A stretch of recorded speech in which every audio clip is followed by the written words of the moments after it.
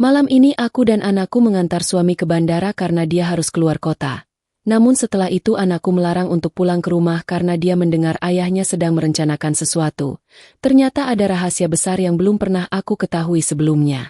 Sejak dari bandara, suasana tiba-tiba menjadi berbeda. Suamiku terlihat gelisah dan sering menatap jam tangan dengan cemas. Anakku, yang biasanya ceria, malah diam saja sambil sesekali melirik ke arah suamiku. Saat kembali ke rumah, waktu terasa begitu sunyi, dan anakku terus menatap keluar jendela, seolah menanti sesuatu yang tidak bisa kutangkap. Tidak biasanya dia begitu serius dan penuh perhatian terhadap ayahnya. Aku mulai merasa ingin tahu apa yang sebenarnya terjadi, tapi dia hanya bilang bahwa aku harus sabar dan melihat sendiri nanti. Ketika malam makin larut, tiba-tiba teleponku bergetar. Itu pesan dari suamiku, hanya tulisan pendek. Jangan percaya apa yang kau lihat. Aku bingung. Kenapa dia mengirim pesan seperti itu dan lebih aneh lagi anakku tampaknya tahu lebih banyak daripada yang dia ungkapkan. Aku mencoba bertanya, tapi jawabannya hanya penuh teka-teki. Aku merasa malam ini bukan sekadar kekhawatiran biasa tentang keberangkatan suamiku. Ada sesuatu yang lebih dalam yang membuat kami berdua waspada. Aku pun memutuskan untuk tetap di luar rumah, menunggu dan mendengarkan segala sesuatu yang mungkin terungkap malam ini. Suaraku mulai bergetar saat anakku mengajakku berjalan ke taman dekat rumah. Dia memperingatkan agar aku hati-hati dan fokus. Ada sesuatu yang sudah terjadi saat kami pergi ke bandara. Sesuatu yang akan mengubah semua yang kukira tentang suamiku. Tiba-tiba, dia menarik tanganku dan menunjukkan pesan rahasia di ponsel suamiku yang baru saja ditinggalkan di kursi ruang tamu. Pesan itu berisi koordinat dan kata-kata singkat. Temui kami di tengah malam. Jangan beritahu siapapun.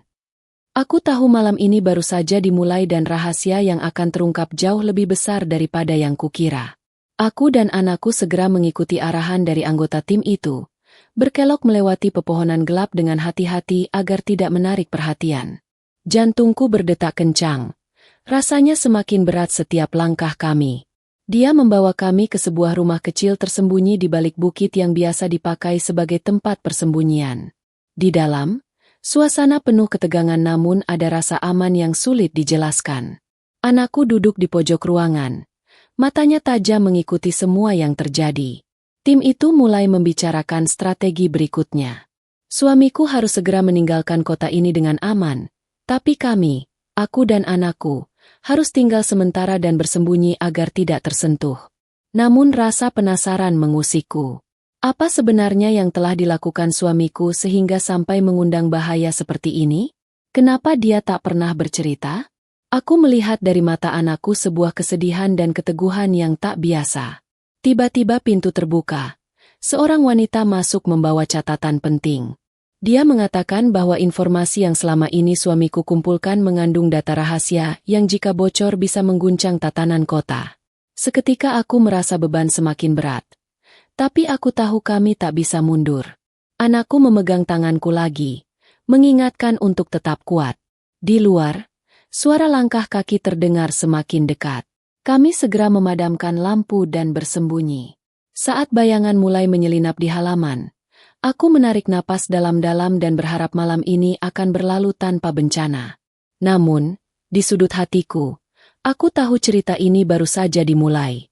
Malam semakin sunyi ketika bayangan itu semakin mendekat ke rumah kecil tempat kami bersembunyi. Degup jantungku bergema keras di telinga. Aku menahan napas sembari menggenggam erat tangan anakku. Suara langkah kaki di halaman terasa berat dan lambat, seakan mencari sesuatu dengan penuh kehati-hatian. Kami bersembunyi di balik tirai kusam yang menutupi jendela kecil. Dari tempat persembunyian, aku bisa melihat sosok pria tinggi dan besar yang mengenakan jaket hitam. Matanya tajam mengamati setiap sudut rumah. Dia membawa tas besar dan beberapa alat yang aku tidak tahu kegunaannya. Aku bertanya-tanya, apakah ini orang dari pihak lawan yang tadi disebutkan?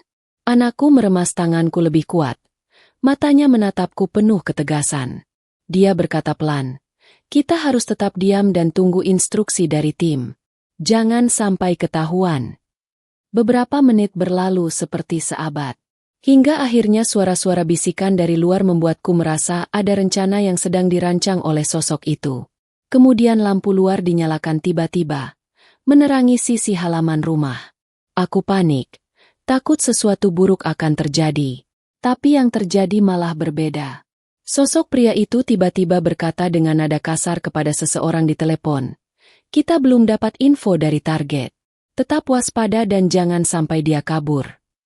Setelah itu, dia memasukkan tasnya dan berjalan menjauh, meninggalkan rumah kecil itu dalam keheningan kembali.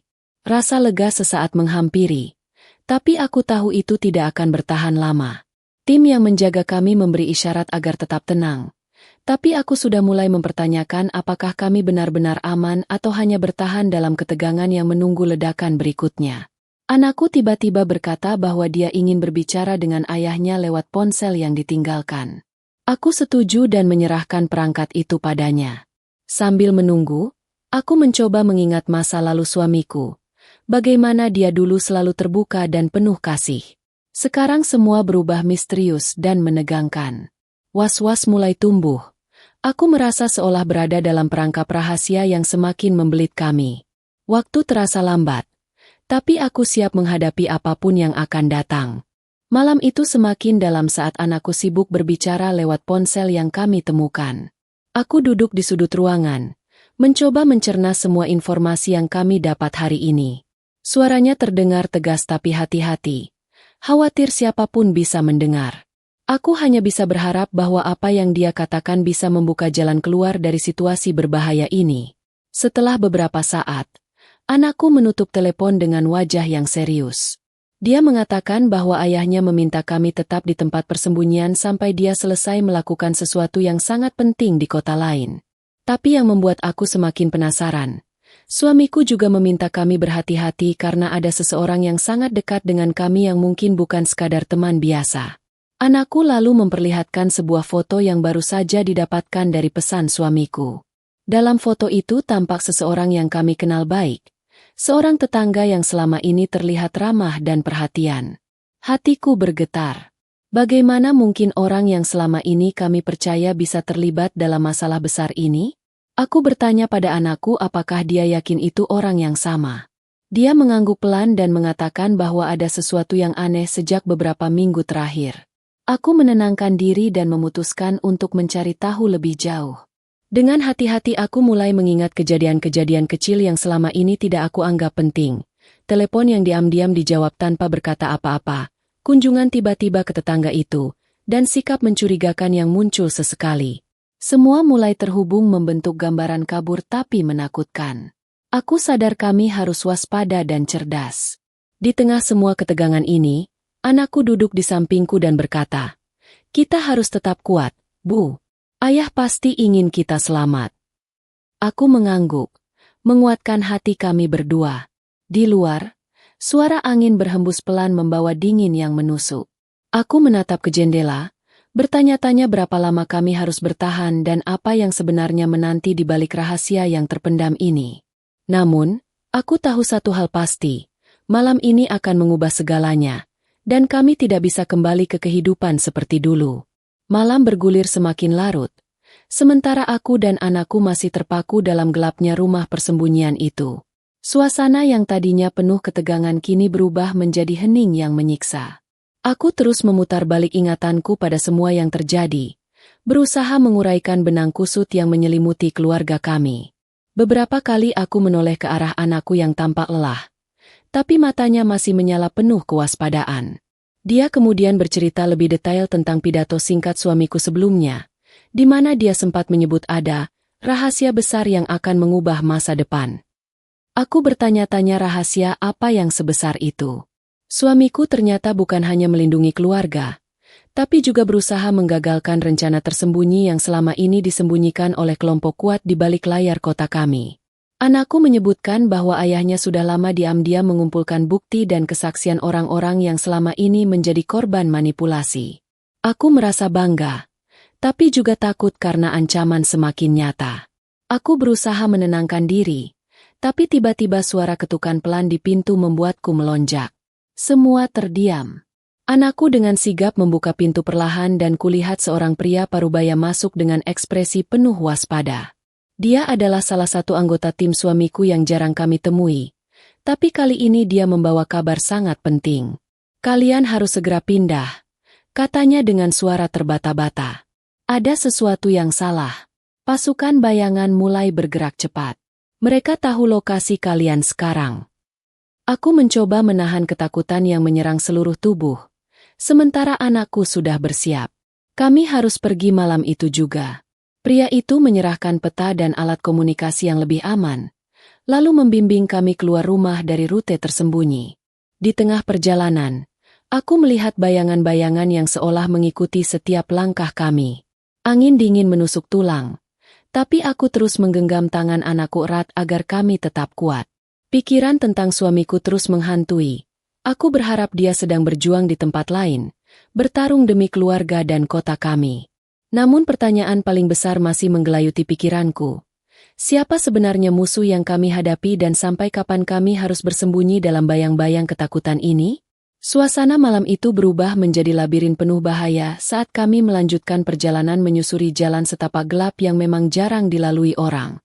Aku dan anakku berjalan beriringan, mengikuti panduan pria itu yang sangat paham medan. Tak ada suara selain langkah kaki dan desir angin yang menyeruak di antara dedaunan. Tiba-tiba, pria itu berhenti dan menunduk, menunjuk ke sebuah alat kecil yang tergeletak di tanah, semacam perangkat pengintai. Mereka sudah sangat dekat. Ini tanda bahwa musuh mulai mencari kami secara langsung, bisiknya tegang. Aku merasa darahku membeku. Selama ini aku hanya mengira ini sekadar ancaman biasa, tapi ternyata mereka punya cara luar biasa untuk memantau kami. Anakku menggenggam genggamanku lebih kencang. Matanya menerawang jauh ke depan, penuh tekad. Kami harus menemukan tempat yang lebih aman segera. Setelah berjalan hampir setengah jam, kami tiba di sebuah bangunan tua yang disembunyikan di balik rimbunan pepohonan. Tempat itu terisolasi dan tertutup rapat, seperti benteng kecil yang bisa melindungi kami sementara. Ketika masuk, aku melihat di dalam sudah ada beberapa orang lain, anggota tim suamiku yang sudah lebih dulu bersembunyi. Mereka menyambut kami dengan penuh kewaspadaan, lalu mulai membahas langkah selanjutnya. Ternyata, kelompok yang kami lawan bukan hanya sekadar mafia lokal. Mereka adalah jaringan internasional yang memiliki pengaruh luas dan sumber daya tak terbatas. Suamiku berusaha mengumpulkan bukti untuk membongkar semua operasi ilegal mereka. Tapi risiko yang dihadapi benar-benar sangat besar. Aku kagum dengan keberaniannya, sekaligus merasa memilukan situasi yang harus kami jalani. Selama malam itu, aku dan anakku ditempatkan di ruangan kecil yang cukup nyaman. Kami berusaha beristirahat sejenak, tapi pikiran tentang segala ancaman dan misteri terus membayang. Anakku berkata, "Ibu, aku yakin ayah sedang berjuang keras. Kita harus kuat juga." Aku mengangguk, tersenyum kecil, lalu berjanji pada diri sendiri untuk siap menghadapi apapun yang akan datang. Ketika malam mulai berganti fajar, aku tahu perjalanan kami belum selesai. Ini baru babak awal dalam melawan kekuatan gelap yang tak terlihat, dan kami, keluarga kecil yang berani, harus bertahan sampai kebenaran terungkap. Fajar mulai merekah saat aku bangun dari tidur yang hampir tanpa mimpi. Anakku masih terlelap di sebelah. Wajahnya terlihat lebih tegar meski jelas kelelahan menghampiri. Aku menatap sekeliling ruangan yang sederhana namun terasa penuh dengan ketegangan yang terus membara. Para anggota tim sedang sibuk berdiskusi di ruang utama. Suara mereka rendah namun penuh semangat. Semakin hari, semakin jelas bahwa bahaya tidak hanya datang dari luar, tapi juga dari dalam lingkaran yang selama ini kami anggap teman. Suamiku rupanya menemukan adanya pengkhianat yang telah memberikan informasi pada musuh. Aku merasa dunia kami mulai retak dari sisi paling penting. Anakku mendekat, menyerahkan sebuah catatan kecil yang baru saja diterimanya melalui alat komunikasi rahasia.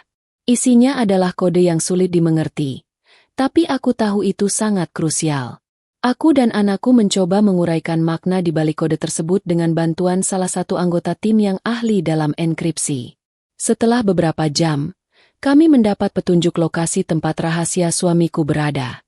Itu adalah sebuah gedung tua di pusat kota yang selama ini tak mencurigakan bagi banyak orang. Kami tahu tidak ada waktu untuk menunggu. Anakku, dengan keberanian yang luar biasa, menawarkan diri untuk membantu pengintaian malam itu. Aku sempat menolak, tapi dia sudah terlalu dewasa untuk diabaikan. Aku hanya bisa melindungi dari jauh. Malam tiba, dan kami bergerak menyusun rencana. Tiba-tiba lampu ruangan berkedip, lalu mati total. Kegelapan mencekam menyelimuti kami. Ada suara langkah cepat dan bisikan menjaga ketegangan makin tegang. Ternyata ada gangguan listrik yang disengaja untuk melemahkan kami. Dalam kegelapan itu kami harus tetap tenang dan waspada. Anakku memberiku sinyal agar aku tetap tinggal di sini sementara dia dan beberapa anggota tim yang lain berangkat menjalankan misi pengintaian. Hatiku terasa hampa dan penuh kecemasan. Apakah dia akan kembali? Apa yang akan kami temukan? Aku hanya bisa berdoa dan membiarkan malam membawa semua perjalanan kami ke arah yang tak terduga. Ini bukan lagi soal rahasia tersembunyi, tapi tentang nyawa dan keberanian yang ditumpahkan tanpa suara. Kegelapan malam itu terasa mencekam sekali. Suasana di dalam rumah persembunyian jadi sunyi, hanya sesekali terdengar napas berat kami. Aku duduk terpaku di sudut ruangan, memegang erat alat komunikasi kecil, berharap bisa mendengar kabar dari anakku dan tim yang sedang menjalankan pengintaian. Detik demi detik berlalu dengan lambat dan penuh kecemasan. Di luar sana, risiko mengancam nyawa mereka yang berani melangkah. Setelah beberapa saat, suara bernada terbata-bata terdengar dari alat komunikasi, tapi sinyalnya sangat lemah. Anakku memberiku suara yang tegang, melaporkan bahwa mereka berhasil memasuki gedung tua yang menjadi target. Namun situasi di sana jauh lebih rumit daripada yang dibayangkan. Gedung itu ternyata telah dipasang pengaman canggih dan aparat keamanan yang siap siaga. Mereka harus bergerak hati-hati sambil menghindari patroli yang rutin. Sekejap, suara alarm terdengar memecah keheningan, menandakan misi mereka mulai tercium musuh. Aku menahan napas, berharap tidak akan ada yang terluka. Bahkan dalam situasi genting ini, aku mendengar tegasnya anakku memerintahkan tim agar tetap tenang dan fokus. Waktunya sangat terbatas. Mereka berhasil mendapatkan salah satu dokumen penting yang ternyata menyimpan data kunci dari operasi ilegal yang sedang berjalan. Aku bisa merasakan semangat juang yang membara dalam suara anakku meski diselimuti ketakutan. Setelah menyelesaikan beberapa bagian misi, mereka segera menyusup keluar untuk menghindari konfrontasi langsung. Namun sebelum benar-benar aman, terdengar suara tembakan dari kejauhan. Aku menjerit dalam hati, berharap luka itu bukan dari anakku. Waktu itu kulihat foto suamiku dan anakku yang kubawa selalu di saku, menjadi doa di setiap hembusan nafas. Saat alat komunikasi kembali hening, aku merasakan beban yang begitu berat. Ini bukan hanya tentang rahasia dan pengkhianatan, tapi tentang keberanian, pengorbanan, dan cinta yang mengalir di tengah badai yang menghadang kami. Fajar mulai merekah saat ketegangan yang luar biasa akhirnya sedikit mereda. Tim kami kembali, gemetar tapi selamat, membawa bukti penting yang bisa menjungkir balikan jaringan bayangan yang selama ini bersembunyi di balik layar. Jantungku berdegup kencang menyaksikan anakku melangkah masuk. Matanya lelah tapi penuh tekad. Kami telah melewati ambang bahaya yang menakutkan. Sekarang tak ada yang bisa menghapus apa yang sudah kami mulai. Dokumen-dokumen yang mereka bawa mengungkapkan jaringan korupsi yang melibatkan pejabat tinggi bersekongkol dengan para kriminal. Nama-nama, tanggal, transaksi, semua detail itu membuktikan kecurigaan selama bertahun-tahun yang disimpan oleh suamiku dan sekutunya. Aku menatap anakku yang serius memeriksa bukti itu dan saat itu aku menyadari betapa beratnya beban yang kami pikul sebagai keluarga. Hidup kami kini terikat erat dengan perjuangan yang jauh lebih besar dari sekadar keselamatan atau kenyamanan. Ini adalah perjuangan untuk keadilan. Kami duduk bersama dalam diam, masing-masing tenggelam dalam pikiran tentang apa yang akan datang. Kami tahu hari-hari depan akan membawa bahaya yang makin berat, balas dendam dari mereka yang terancam. Tapi kami tak bisa lagi berdiri di pinggir. Rumah kami, yang dulu biasa saja dan penuh tawa, kini menjadi garis depan perang melawan kejahatan yang berakar dalam. Ketidakhadiran suamiku terasa sangat besar, namun semangat dan perjuangannya membara di setiap langkah kami selanjutnya. Matahari pun terbit penuh di atas kota yang kini terancam sekaligus siap berubah. Kami bersiap membagikan temuan ini kepada sekutu terpercaya, bertekad agar kebenaran tidak terkubur di balik kegelapan. Keluarga kami yang dulu retak oleh rasa takut kini bersatu dalam keberanian dan tujuan. Ini adalah awal babak baru, yang dilapisi luka tapi diterangi harapan. Apapun kegelapan yang datang, kami akan menghadapinya bersama, terus melangkah maju. Rahasia malam itu sudah terungkap. Kini saatnya menghadapi konsekuensinya.